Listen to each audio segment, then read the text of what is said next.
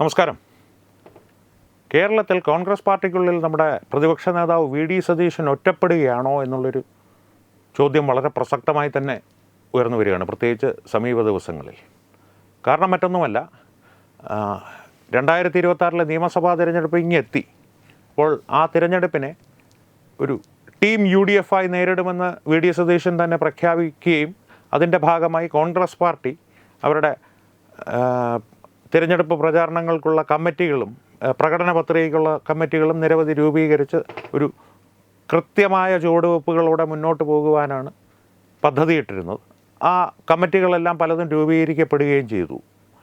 ആ രൂപീകരിക്കപ്പെട്ട വേളയിലാണ് വി.ഡി. സതീശൻ ഒറ്റപ്പെട്ടോ എന്നുള്ള ചോദ്യം ഉയർന്നു വരുന്നത്. അതിൻ്റെ കാരണം, ഈ കമ്മിറ്റികളിലൊന്നിലും വി.ഡി. സതീശന് വേണ്ടപ്പെട്ട ആൾക്കാരോ അല്ലെങ്കിൽ വി.ഡി. സതീശനോട് അടുപ്പമുള്ള ഏതെങ്കിലും നേതാക്കളോ ഇല്ല എന്ന് തന്നെ പറയാം, ഉൾപ്പെടുത്തപ്പെട്ടിട്ടില്ല. കാരണം ആ നിർദ്ദേശങ്ങൾ, ഈ കമ്മിറ്റികളിൽ ആരെയൊക്കെ നിയോഗിക്കണം, ആരൊക്കെയായിരിക്കും ഈ കമ്മിറ്റികളിലെ അംഗങ്ങൾ എന്നുള്ള തീരുമാനങ്ങൾ ഏതാണ്ട് ഡൽഹിയിൽ നിന്ന് ഹൈക്കമാൻഡ് നേരിട്ട് തന്നെ നൽകി എന്നുള്ളൊരവസ്ഥയാണ് കേരളത്തിലെ കോൺഗ്രസ്സിലെന്ന് ആണ് ഇപ്പോൾ പുറത്തു വരുന്ന വാർത്തകൾ. അപ്പോൾ എന്തിനാണ് ഡൽഹിയിൽ ഹൈക്കമാൻഡ് ഇങ്ങനെ ചെയ്യുന്നത്? ഹൈക്കമാൻഡ് എന്ന് പറഞ്ഞാൽ ഇപ്പോൾ രാഹുൽ ഗാന്ധി തന്നെയാണ്. സോണിയാഗാന്ധിയുടെ അനാരോഗ്യ അവസ്ഥ നിലനിൽക്കുന്ന കാരണത്താൽ രാഹുൽ ഗാന്ധി തന്നെയാണ്. ഒരു പരിധിവരെ പ്രിയങ്ക ഗാന്ധിക്കും അതിൻ്റെ അകത്ത് എന്തെങ്കിലും ചില കൈകടത്തലുകൾ നടത്താമായിരിക്കും. പക്ഷേ ഏതാണ്ട് ഒരു 99% രാഹുൽ ഗാന്ധിയുടെ തീരുമാനങ്ങളാണ് നടപ്പാക്കപ്പെടുന്നത്, ഹൈക്കമാൻഡിൻ്റെ തീരുമാനങ്ങളായി കേരളത്തിൽ നടപ്പാക്കപ്പെടുന്നത്. പുറത്തു വരുന്ന വിവരങ്ങളനുസരിച്ച് നമ്മുടെ KC വേണുഗോപാൽ ശക്തമായ സ്വാധീനം രാഹുൽ ഗാന്ധിയുടെ മേൽ ചെലുത്തി വി.ഡി. സതീശനെ ഒതുക്കുവാനുള്ള ചില കളികൾ കളിക്കുന്നു എന്നാണ് അറിയുവാൻ സാധിക്കുന്നത്. പുറത്തു വരുന്ന വിവരങ്ങളനുസരിച്ച് തന്നെ പറയുകയാണ്, എന്തുകൊണ്ടിങ്ങനെ KC വേണുഗോപാൽ ഇത്തരം കളികൾ കളിക്കുന്നു എന്ന് ചോദിച്ചാൽ, UDFിനുള്ളിൽ പൊതുവെ, കോൺഗ്രസിനുള്ളിൽ പ്രത്യേകിച്ചും ഇത്തവണ 2026 തിരഞ്ഞെടുപ്പിൽ കോൺഗ്രസ് വൻ വിജയം നേടും. കോൺഗ്രസ് നേതൃത്വം നൽകുന്ന UDF മുന്നണി വൻ വിജയം നേടും. ഇടതുപക്ഷം അത്രത്തോളം ജനങ്ങളെ വെറുപ്പിച്ച് വെച്ചിട്ടുണ്ട് എന്നുള്ളൊരു പൊതുവായ ധാരണയും ഒരു ആത്മവിശ്വാസവും തന്നെ ഉണ്ടായിട്ടുണ്ട്. അപ്പോൾ ഭരണം ഏതാണ്ട് കയ്യിൽ കിട്ടി എന്നുള്ളൊരു വിശ്വാസത്തിൽ മുഖ്യമന്ത്രിയാകുവാനുള്ള പിടിവലികൾ, മുഖ്യമന്ത്രി കസേരയ്ക്ക് വേണ്ടിയിട്ടുള്ള പിടിവലികൾ ഇപ്പോഴേ തുടങ്ങിക്കഴിഞ്ഞു. പല നേതാക്കളും, കാരണം കോൺഗ്രസിനെ കുറിച്ച് പൊതുവേ പറയുന്നത്, ഒരു യോഗം നടന്നു കഴിഞ്ഞാൽ മൈതാനത്തുള്ളതിനേക്കാൾ ആളുകൾ വേദിയിൽ കാണും നേതാക്കളായി. അണികളെക്കാൾ കൂടുതൽ നേതാക്കളുള്ളൊരു രാഷ്ട്രീയ കക്ഷിയാണ് കോൺഗ്രസ് എന്നാണ് കോൺഗ്രസിനെ കുറിച്ച് പൊതുവേ പറയുന്നത്. അതും കോൺഗ്രസിൻ്റെ ഏറ്റവും ശക്തമായ കാലത്ത് തന്നെ അത്തരമൊരു ആരോപണം ഉയർന്നിരുന്നു. അപ്പോൾ കോൺഗ്രസിൻ്റെ ഏറ്റവും ദുർബലമായ ഒരു അവസ്ഥയിൽ നിലനിൽക്കുന്ന ഈ കാലഘട്ടത്തിൽ പറയേണ്ട കാര്യമില്ലല്ലോ. അണികൾ എന്തായാലും ശുഷ്കമാണ്. നേതാക്കളുടെ കാര്യത്തിൽ ഒരു കുറവുമില്ല. വേദിയിൽ നേതാക്കൾ നിറഞ്ഞു നിൽക്കുകയാണ്. അതിൽ തന്നെ മുഖ്യമന്ത്രി കുപ്പായം തയ്പ്പിച്ച് അലക്കി തേച്ച് വെച്ചിരിക്കുന്ന നേതാക്കളുടെ എണ്ണം വളരെയധികമാണ്.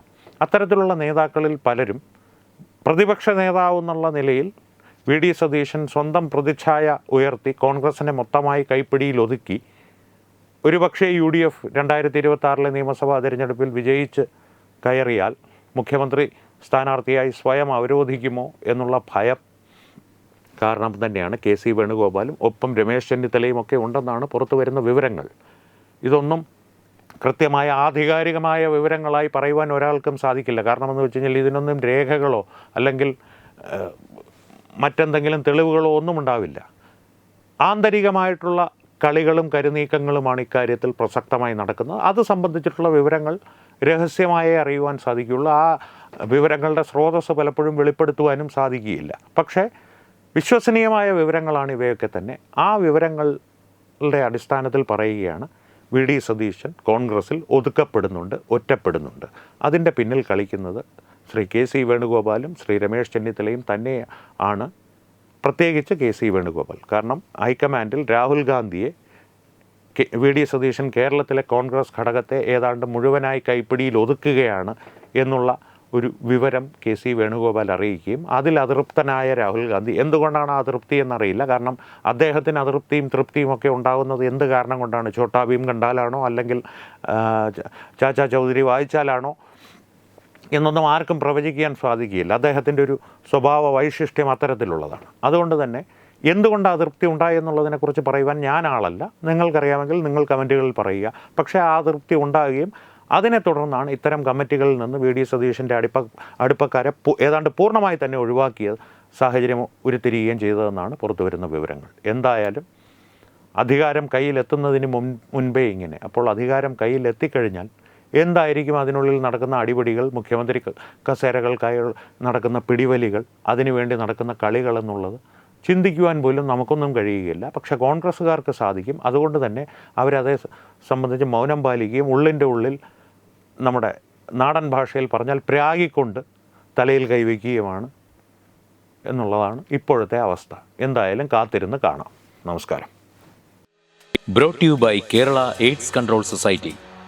HIV/AIDS സംബന്ധമായ സംശയങ്ങൾക്ക് 1097 എന്ന 24 മണിക്കൂറും പ്രവർത്തിക്കുന്ന ടോൾ ഫ്രീ നമ്പറിലേക്ക് വിളിക്കുക. വാട്സാപ്പിലും ഫേസ്ബുക്കിലും ഒക്കെ സ്റ്റാറ്റസ് അപ്ഡേറ്റ് ചെയ്യാറുണ്ടല്ലോ. HIV സ്റ്റാറ്റസോ HIV പിടിപെടാനുള്ള സാഹചര്യങ്ങളിൽ കൂടി അറിഞ്ഞോ അറിയാതെയോ കടന്നു പോയിട്ടുണ്ടാവാം. എന്ത് തന്നെയായാലും മുൻകൂട്ടി പരിശോധിച്ച് HIV സ്റ്റാറ്റസ് അറിയൂ. സൗജന്യ HIV പരിശോധനയും കൗൺസിലിങ്ങും ആരോഗ്യ കേന്ദ്രങ്ങളിൽ പ്രവർത്തിക്കുന്ന ICTC അഥവാ ജ്യോതിസ് കേന്ദ്രങ്ങളെ സമീപിക്കുക. നിങ്ങളുടെ സ്റ്റാറ്റസ് എന്തായാലും വിവരങ്ങൾ രഹസ്യമായി സൂക്ഷിക്കുന്നതായിരിക്കും.